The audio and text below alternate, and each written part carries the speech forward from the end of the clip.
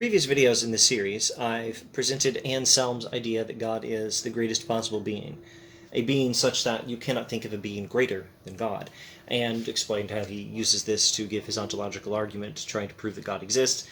And I've explained that he does a lot more in this book than just give the ontological argument. The ontological argument itself is 2 short chapters. There's 26 chapters total in the book. So what does he do with the other 12/13ths of the book as counted by chapters?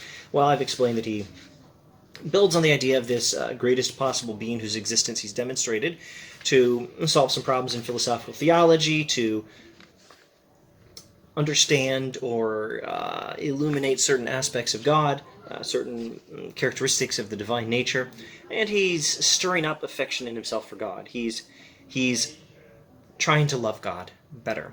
Now, I'm not going to go in any kind of detail into all the things he does with this idea of God as the greatest possible being. I think in somewhere between 2 and 4, maybe 5 videos, I should be able to hit some of the major points that are either the most interesting or enjoyable for me, or that I just happen to understand better than the others.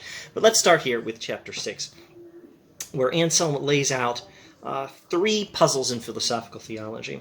He says, "Now it is better to be percipient, omnipotent, merciful, and impassible than not. But how can you perceive if you are not a body? How can you be omnipotent if you cannot do everything? How can you be both merciful and impassible?" Now, impassible means unaffected. So he's laid out 3 puzzles in philosophical theology. It's better to be able to perceive than not. It's better to be omnipotent, and it's better to be merciful, and it's better to be impassible than not, to be unaffected. So, how can God be merciful if God's impassible? How can God perceive if God is a non-physical being, since perception is a bodily thing? And if God is omnipotent, well, then how is it that there are some things God cannot do? So those are 3 puzzles in philosophical theology. Now, with great brevity, I'm going to say something about his also very brief answer in the remainder of chapter 6. In fact, it's 1 short paragraph to this question, how God can be percipient without having a body. Anselm simply explains that perceiving is just a form of knowing, and God knows. God is supremely percipient in the sense that you supremely know all things, as Anselm puts it. And then I'll briefly mention something from chapter 8. How can God be both merciful and impassible? Anselm explains that mercy in God is not a passive thing. It's an active thing. Mercy is active, not passive. Mercy is not a felt emotion that happens to God. Mercy is what God does.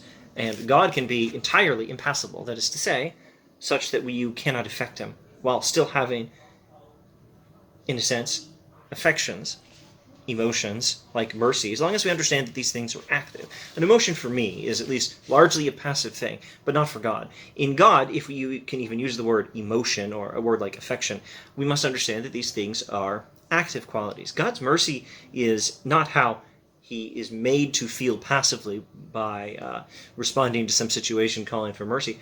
God, in reaction to some situation calling for mercy, mercy in God is how God acts. It's what God does. Now, that's probably enough of that. What I want to get to is chapter 7, because this is, I don't know, maybe it's the one I enjoy better. Maybe it's the one I understand better. Chapter 7 gives what we can call the problem of omnipotence. People are still talking about this. People will still give this as an argument against the existence of God.